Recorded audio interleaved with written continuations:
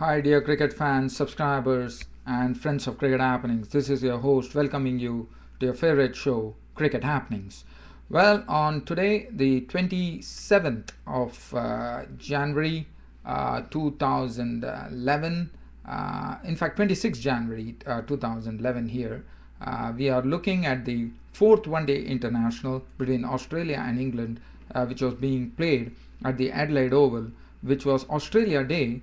And well, the Australia Day didn't turn out to be Australia Day. It turned out to be England's Day here at the Adelaide Oval, when England actually won this match for the first time in this one-day series by winning by 21 runs and keeping the hopes alive in this series, with Australia still leading 3-1. Well, as far as so that is the other match that I would have actually covered, but there's nothing to cover there. It was the second one-day international between New Zealand and Pakistan, which was played at Queenstown, which was washed out.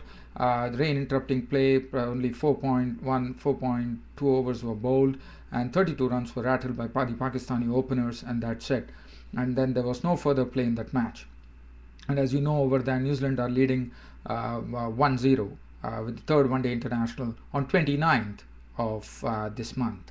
Well, looking at this match between Australia and England, this was the fourth one-day international that played at the Adelaide Oval on Australia Day. England were the ones who actually won the toss and elected to bat. Andrew Strauss and Matt Pryor started taking strike to Brett Lee and Bollinger, and in fact, Strauss was dismissed very, very early on when he was caught behind with the bowling of Brett Lee for 8 of 10 balls with 1-4, and Australia and England were 23 for 1.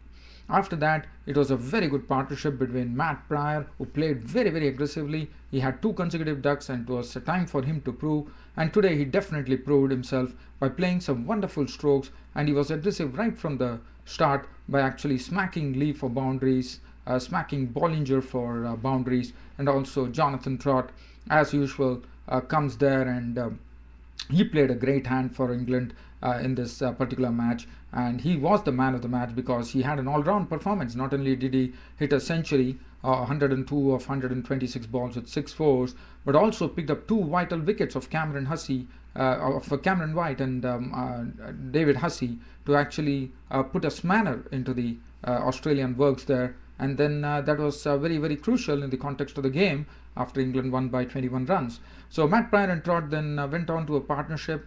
Trott, as usual, was buckling down, just milking the singles.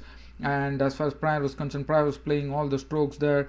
And then they had taken the score on to 100 in the 15th over. And in fact, Matt Pryor went to his 15 fine fashion by actually hitting a 6 of the bowling of Brett Lee.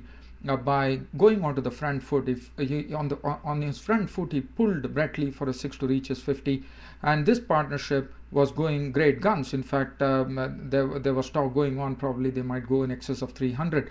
But well, at the score on 136, that was where Stephen Smith, the right arm leg spinner, was introduced, and the right arm leg spinner actually really turned the England situation into a sort of a real bother, because he actually reduced them to 158 for 4 by taking 3 quick wickets. The first wicket that he took was Matt Pryor, who was looking good, flashed a ball, tried to flash a ball past point. Doherty held the catch and he was gone. Caught Doherty, bowled Smith for 67 of 58 balls with 8 fours and 1 6.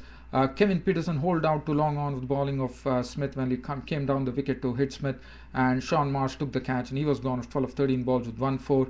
And Ian Bell was committed on the front foot as he came. He was already committed on the front foot. It was a smart piece of bowling by Stephen Smith, who actually held the ball, and Ian Bell actually cut it into the gloves of Brad Haddin, who took a very good catch. Because it was a very sharp chance, and Ian Bell was gone. Caught Haddin, bowled Smith for duck, and Stephen Smith was really, really bowling well at that stage. He has already picked up 3 wickets at that stage, and England, from a position of strength of 136 for 1, were reduced to 158 for 4. But Jonathan Trott was there in the middle, just biding his time and playing out. Ian Morgan joined him. Ian Morgan gave him good support by actually pushing on the score to 224. With Ian Morgan not really playing a lot of strokes, probably they had to actually resuscitate the situation. That's what they did exactly by occupying a lot of overs. Almost 13 overs they occupied, from 158 to 224. So you could just imagine 64 runs, more than 60 runs were scored in the 13 overs. It was a resuscitation stage for England there, and finally there was success, 224 in the 40th over. Jonathan Trott, after playing a marvellous innings of 102 by holding the innings together of 126 balls with 6 fours, was dismissed as Hussey came in, and suddenly Hussey got back into the game. After Stephen Smith, it was Hussey's turn to actually put England, reduce England to a low total, as Jonathan Trott was the first to go, bowled by David Hussey, the off spinner, for 102 of 126 balls with 6 fours. After that, Collingwood made a runner ball stuff of 27, finally coming good there, but Hussey actually grabbed him. But before that, Ian Morgan was also dismissed by Hussey, as was caught by Leo, bowled Hussey for 24 of 31 balls with 1 4. Paul Collingwood, after making runner ball 27 of 27 balls, 2 4 and 1 6, was also a victim of Hussey, caught wide ball Hussey. And that's it. And after that, Hussey also took up the wicket of Ajmal Shahzad for 4 of 5 balls. Tremlett was not out or not, but the person who actually helped England actually take the score on to 299 was thanks to Michael Yardy, who played very, very well for his 39. He was not out on 39 at the end of 27 balls, 6 fours, and 299 for 8 was what England finished with of their 50 overs. As far as the bowling figures were concerned, Lee didn't have a good day there. 8 overs, no made and 1 for 68. Dougie Bollinger was also all over the place. 9 overs, no made and none for 55. Shane Watson, 5 overs for 29 runs. Hastings, 7 overs, went for 45. Xavier Doherty was impressive, 10 overs for 44. 7 overs, no made and 3 for 33. Spinners were the one who actually got the spoils, like Stephen Smith, 3 for 33 of his 7 overs, and David Hussey with his right arm off spin, 4 overs, no made and 4 for 21. As far as the Australia's reply was concerned, Australia had a good, in fact, I wouldn't say good reply. Watson and had him put on 32 for the first wicket before Brad Haddin was the first to go, as Tremlett had him caught behind for 20. So that was the first wicket to go. Haddin gone 20 of 16 balls, 4 fours, and then Sean Marsh came in. But Anderson, who was back into the team, picked up the wicket of Sean Marsh by taking his catch off his own bowling, and Sean Marsh was gone, caught and bowled Anderson for 1. And Shane Watson at the other end was just playing in a very mature fashion there, but he couldn't really get any support from any of the batsmen there. Michael Clarke continued his poor form in the series once again, fell to Collingwood, as he was clean bowled by Collingwood for 15 of 27 balls with 1 4, and that was the time the score was 87 for 3 when Clarke departed.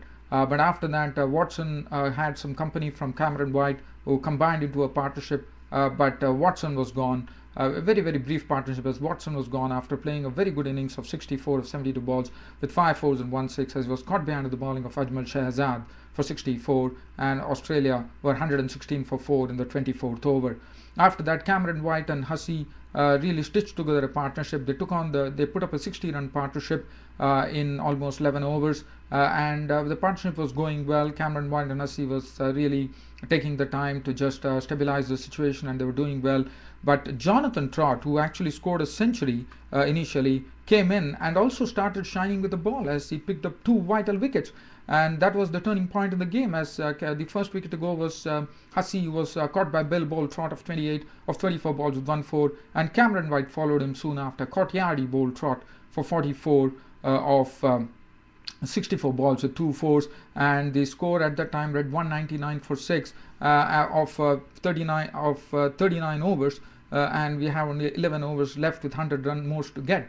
Stephen Smith was there. He was playing the way he normally plays. Hastings was gone, as Anderson picked up his wicket for 1, and they were 201 for 7 with 98 to get of the remaining 11 overs, but they failed by 21 runs. But there was a good partnership too. It was a very good partnership which actually took on the score to 278 thanks to Stephen Smith and Brett Lee combining in a good partnership and playing very, very sensibly. But they could only do as much because the bowling was quite tight, and Australia in fact finished 21 runs short in their 50 overs when they finished at 278 for 7 to give England victory by 21 runs. Stephen Smith was not out on 46 of 47 balls with 4 fours. Brett Lee had a good hand with the bat there, not out on 39 of 32 balls with 4 fours. And 21-run victory for England for the first time in this one-day series, keeping the series alive 3-1, and the 5th one-day international will be played at the Gabba in Brisbane on 30th of January 2011.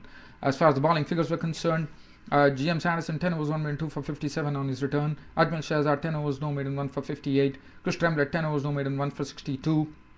Collingwood 7 overs, no maiden, 1 for 22, bowled very well. 6 overs, none for 36 for Michael Yardy. And Jonathan Trott was the man of the match. 7 overs, no maiden, 2 for 31. To boot, he also had 102. In his batting first when England batted first. So that's it. Australia still leading the series 3-1 right now. Let me see whether I can catch up with any cricket news, dear friends. If at all I am able to, I can cover that to you because I have some space here on my YouTube broadcast.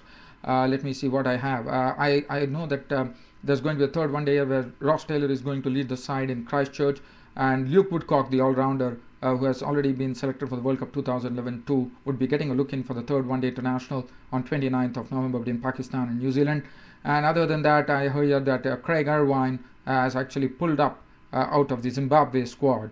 Other than that, I don't have much to share, dear cricket fans, friends and subscribers of Cricket Happenings. This is Ram signing off.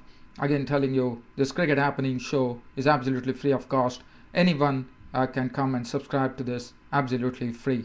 So do subscribe to Cricket Happenings, and you can always get the live cricket, not the live cricket update, always anything relating to cricket, because everyone are quite busy in their days. So this Cricket Happening show would be something that you could just listen to it by doing your own thing. You also get abreast of all the cricketing developments around the globe. That's it, dear cricket fans, subscribers and friends, for Cricket Happenings. This is your host Ram of Cricket Happenings signing off for the day. Thank you.